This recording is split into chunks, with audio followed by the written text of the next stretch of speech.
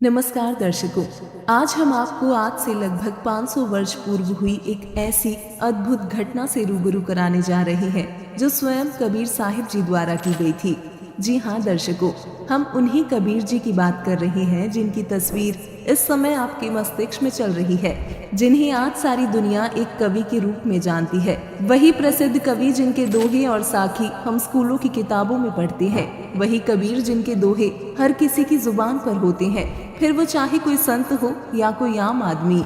यानी हम कह सकते हैं कि कबीर जी के दोहे और साखियों के बिना एक व्यक्ति को अपने जीवन की कल्पना करना संभव नहीं, क्योंकि कभी न कभी प्रत्येक व्यक्ति को कबीर जी के दोहे या साखी सुनने या पढ़ने का अवसर अवश्य प्रदान होता है। तो वही कुछ ऐसे लोग भी हैं जो कबीर जी को भगवान का दर्जा देते हैं। अब कबीर जी सिर्फ एक कवि थे या भगवान, इसका निर्णय तो उनकी लीलाओं को देखने से ही संभव हो पाएगा, जिसका खुलासा वर्तमान समय में संत रामपाल जी महाराज ने जिन साक्ष्यों तथा प्रमाणों के साथ दिया है वो सर्वमान्य होगा। तो दर्शकों, 500 वर्ष पूर्व कबीर जी द्वारा की गई मगहर लीला को जानने के लिए देखिए हमारा आज का ये खास वीडियो। दर्शकों, संत रामपाल जी महाराज ने अथर्ववेद कांड 4 अनुवाक 1 मंत्र 7, यजुर्वेद अध्याय 40 मंत्र 8 तथा ऋग्वेद मंडल 1 सूक्त 1 मंत्र 5 सहित अन्य वेद मंत्रों से आंखों देखे गवाहों की वाणियों से स्पष्ट किया है कि सर्व सृष्टि के रचनहार कबीर जी हैं। उन्हीं गवाहों में से एक संत गरीबदास जी ने कहा है, गरीब अनंत कोटि ब्रह्मांड का एक रति नहीं भार, सतगुरु पुरुष कबीर हैं कुल के सिरजनहार। गरीब परमेश्वर एक कबीर है, दूजा नहीं आधार, दास गरीब सकल सृष्टि का यूं ही सिरजनहार। गरीब मात पिता जाके नहीं, नहीं जन्म प्रमाण, यौ पूर्ण ब्रह्म कबीर है करता हंस अमार। दर्शकों, कबीर साहिब जी अपने रितधाम यानी सतलोक से चलकर इस पावन धरा पर आज से लगभग 600 वर्ष पूर्व सन 1398 विक्रमी संवत 1455 ज्येष्ठ मास सुदी पूर्णमासी को ब्रह्म मुहूर्त में काशी के लहरतारा नामक तालाब में विकसित कमल के फूल पर एक नवजात शिशु के रूप में अवतरित हुए थे और सारी सृष्टि को रचने वाले कबीर परमात्मा काशी में 120 वर्ष तक एक साधारण व्यक्ति की तरह कपड़ा बुनते हुए जुलाहे की लीला किए तथा लोगों को पूर्ण परमात्मा तथा सतलोक की जानकारी देते हुए अपने सद्ज्ञान का प्रचार किया। कबीर परमेश्वर जी ने उस समय लोगों के बीच फैले हुए जातिवाद, छुआछूत और पाखंडवाद को समाप्त कर अवगत कराया कि यहाँ न कोई ऊंचा है न कोई नीचा, सभी एक परमात्मा के ही बच्चे हैं। इस प्रकार कबीर परमेश्वर जी ने उस समय लोगों के बीच ये रोशनी जगाई। परमात्मा के वास्तविक ज्ञान से उस समय के हिंदू और मुसलमान दोनों धर्मों के 64 लाख लोग उनके शिष्य बन चुके थे, जिससे उन्हें परमेश्वर द्वारा दिया जाने वाला सुख मिलने लगा। किंतु कबीर परमेश्वर जी का ज्ञान चारों ओर फैलता देख उस समय के पंडित, ब्राह्मण, मुल्ला, काजी कबीर परमेश्वर जी से ईर्ष्या करने लगे और लोगों के बीच ये अफवाहें फैलाई गई कि जो व्यक्ति मगहर में मरता है वो नरक जाता है तथा जो व्यक्ति काशी में मरता है वो सीधे स्वर्ग जाता है। जबकि कबीर जी कहा करते थे कि जो सही विधि से सत्य साधना करता है वो संसार की किसी भी जगह अपना शरीर त्यागे, वो अपनी भक्ति के आधार पर ऊपर के लोगों को ही प्राप्त करता है। कबीर परमेश्वर जी ने लोगों के बीच फैले इसी भ्रम को दूर करने के लिए काशी छोड़ मगहर में शरीर त्यागने की बात कही और इन पंडितों व ब्राह्मणों से कहा कि आप सभी अपने अपने ज्योतिष शास्त्र सभी साथ रख लेना और लोगों को बताना कि मैं स्वर्ग जाता हूँ या इससे भी ऊपर कोई अन्य लोक में। जिसकी बात कबीर परमेश्वर काशी से मगहर की ओर 120 वर्ष की उम्र में लीला करते हुए पैदल चल पड़ते हैं।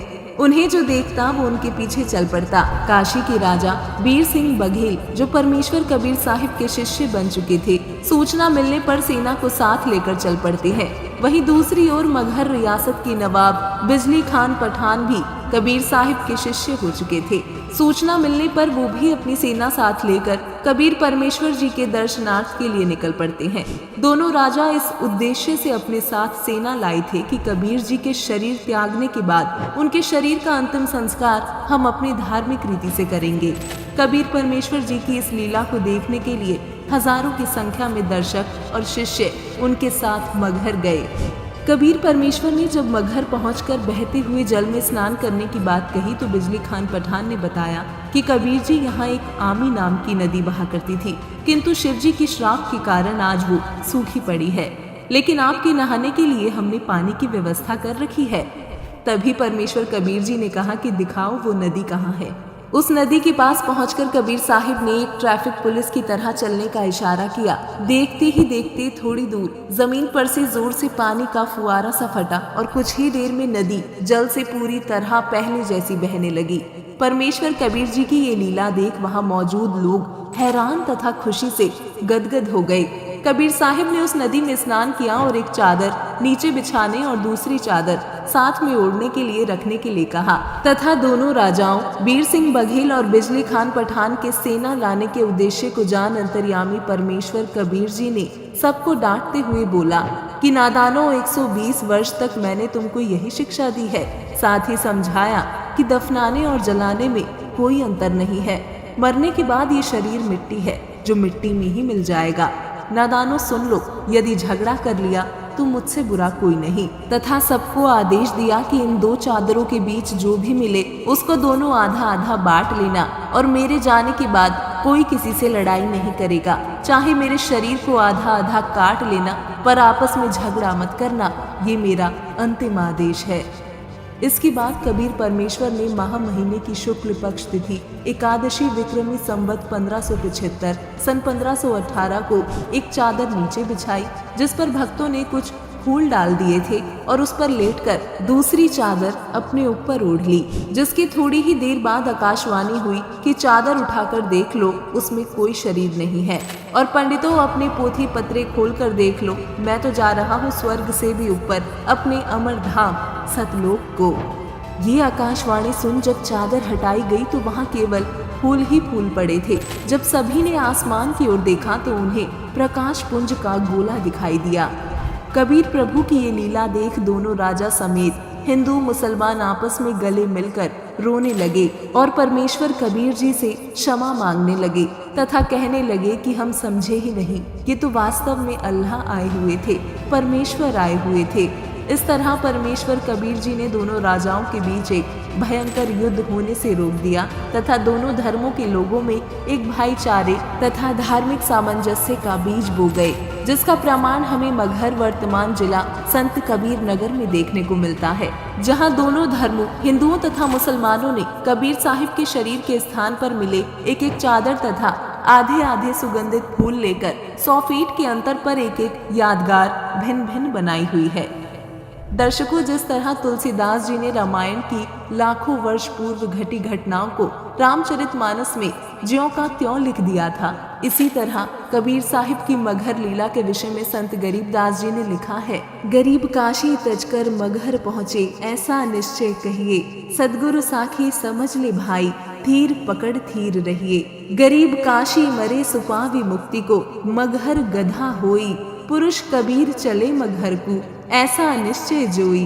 गरीब काशी के तो पंडित कूके, मगहर मरो न भाई, वहाँ तो पृथ्वी सूची नाही, तिरसंख पड़या बिललाई। गरीब काशी तजकर मगहर चाले, किया कबीर पियाना, चादर फूल बिछे ही छोड़े, दिया मोक्ष परवाना। दर्शकों, इस तरह कबीर परमात्मा ने पूरे भक्त समाज को ये संदेश दिया कि सही विधि से भक्ति करने वाला व्यक्ति अपने परम धाम यानी सतलोक को ही प्राप्त होता है, चाहे वो किसी भी धर्म जाति का हो तथा चाहे वो किसी भी स्थान पर अपने प्राण त्यागे। तो दर्शकों, अभी आपने ये वीडियो देखा कि कैसे सारी सृष्टि के रचनहार कुल मालिक काशी में एक आम जनसाधारण की भूमिका करते हुए भक्त समाज को सद्भक्ति का मार्ग बता गए तथा ये सिद्ध कर गए कि वही अविनाशी पूर्ण परमात्मा है। दर्शकों, संत रामपाल जी महाराज ने अपने सत्संगों प्रवचनों में पूर्ण परमात्मा कबीर जी की सभी लीलाओं तथा उनके विषय में विस्तार से बताया है, जिसे विस्तार पूर्वक जानने के लिए देखिए संत रामपाल जी महाराज के मंगल प्रवचन संत रामपाल जी महाराज YouTube चैनल पर।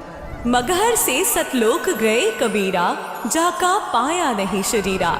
सर्व सृष्टि रचनहार कबीर परमेश्वर जी के 507वें निर्वाण दिवस के उपलक्ष्य में दिनांक 6 से 8 फरवरी 2025 को नेपाल सहित भारत के 11 सतलोक आश्रमों में 3 दिवसीय महासमागम का आयोजन किया जा रहा है।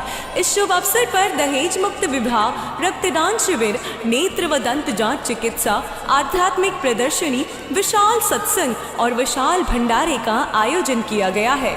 आप सभी को इस अद्वितीय कार्यक्रम में सादर आमंत्रित किया जाता है। आपसे विनम्र आग्रह है कि अपने परिवार सहित इस कार्यक्रम में पधार कर इस आयोजन की शोभा बढ़ाए और जगत गुरु तत्वदर्शी संत रामपाल जी महाराज जी के सानिध्य में होने वाले इस विशाल सत्संग व अमृतमय भंडारे का आनंद प्राप्त करें। इस भव्य कार्यक्रम का आयोजन सभी सतलोक आश्रमों में किया जाएगा। इस कार्यक्रम का सीधा प्रसारण सतलोक आश्रम श्री धनाना धाम, तहसील गोहाना, जिला सोनीपत, हरियाणा से आप 8 फरवरी 2025 को सुबह 9:10 से साधना टीवी चैनल, संत रामपाल जी महाराज यूट्यूब चैनल और स्पिरिचुअल लीडर संत रामपाल जी पर देख सकते हैं।